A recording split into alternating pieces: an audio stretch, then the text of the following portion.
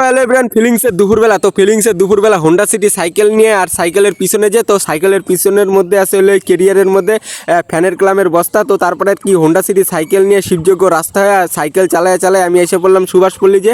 তো সুভাষপল্লী মোড়ের এই জায়গায় এসে পড়লাম। তারপরে আমি বাস সাইডে ঘুরে গেলাম পুরো ফিলিংসের মধ্যে দিয়ে। তো বাস সাইডে ঘোরার পর তারপরে সোজা রাস্তা আছে, তো সেই সোজা রাস্তায় আমি এসে পড়লাম ধর্মতলা মোড়ের এই জায়গায়। ধর্মতলা মোড়টা ফাঁকাই ছিল প্রায়, তো তার জন্য আর কি সোজা সাইকেলটা ঢুকে দিছি আর কি বাজারের দিকে আর কি যাওয়ার জন্য। তো ফাইনালি আর কি আমি এসে বললাম তারপরে পাওয়ার হাউস চৌপতির এই জায়গায়। তো পাওয়ার হাউস চৌপতির এই জায়গায় আসার পর তারপরে ডান সাইডে যে, তো ডান সাইডে ঢোকার পর তারপরে এই রাস্তা দিয়ে তারপরে আমি এসে বললাম বাজারের ভিতরে যে সবজি পট্টি, তো সবজি পট্টির গলির ভিতরে আমি সাইকেলটা ঢুকিয়ে দিলাম। তো ঢুকিয়ে দেওয়ার পর তারপরে আমি এসে বললাম হার্ডওয়ার্সের দোকানে। তো এই দোকানটা যে, তো এই দোকানে আর কি সেই ফ্যানের ক্লামের অর্ডারটা ছিল আর কি। তো এই সাদা বস্তার মধ্যে আমি ফ্যানের ক্লামই নিয়ে আসছিলাম। তো এই দোকানে অর্ডারটা ছিল আর এই দোকানেই ফ্যানের ক্লামটা দিয়ে দিলাম।